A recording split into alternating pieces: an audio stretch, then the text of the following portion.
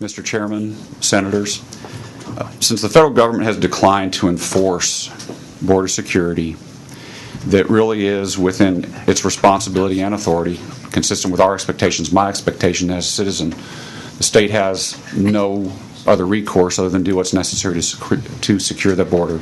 And I appreciate the effort here today, and I applaud the senators and the legislature for doing so. And I came to support this bill, and candidly, after I heard of the amendment for the faith-based exemption, basically, I have a problem with that particular issue. Especially the notion that there is any sort of remuneration that might be going on for them transporting or housing or caring for those that have been classified as less fortunate. It has been well publicized. The federal government has funded faith-based organizations in the millions of dollars in recent years to provide transportation, housing, medical assistance for these individuals, knowing that they're in violation, that these individuals are here in violation of federal law. And I also take exception to the notion that folks that would cite Christianity and faith as the justification for breaking the law. The story of the Good Samaritan cites nothing about knowingly breaking the law. They were rendering aid to an individual who was beaten, abused, and had been walked by other people.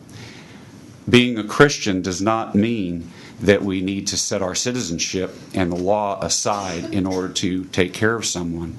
And that is certainly just and appropriate. But it is another thing altogether to transport, house, care for individuals knowing that they are illegal aliens. That's the bottom line.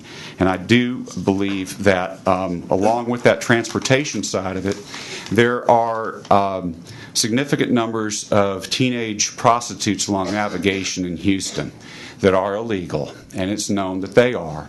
And I think that to say that individuals that are faith-based could transport, house, care for, and feed these folks and then have immunity for prosecution when they could be merely claiming as a pimp or someone that is operating a prostitution ring that they are merely a faith-based organization doing God's work. Chairman. Senator Lucio. You're so way off. It's just pitiful for me to listen to your testimony, and I hate to put it in that perspective. But if a person comes to your home, you're telling us in this committee here that hungry, you're not going to feed him. If he comes naked, you're not going to clothe him.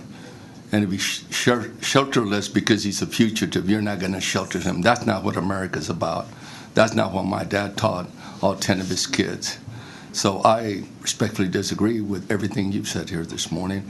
And I feel, quite frankly, that you're in the minority of thinkers in this state, because I think we do deal with men, women, and families who do care about being and addressing these issues in a humanitarian way.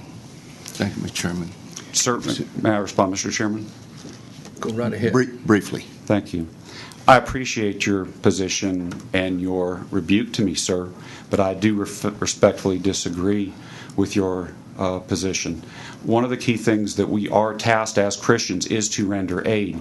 I am merely stating that when we know that there are vast numbers of folks that are crossing the border illegally, and common sense indicates that we've got folks here who have crossed the border illegally, then we are knowingly, if we assist them, we are knowingly breaking the law, sir.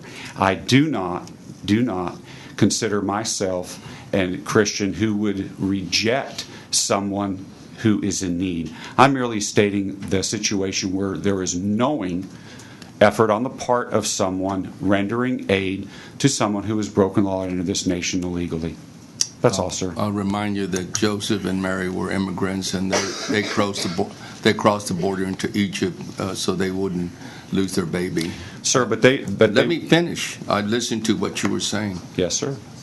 There's no difference. There's just absolute no difference, okay? And we can argue that point all day long, and I can read from Scripture, and I think the higher law we all know what that is anyway. So we'll just, at this point, terminate it. We have a lot of witnesses, and we can just live with whatever feelings we have about this issue. And there's one difference, though. I will be voting on this bill.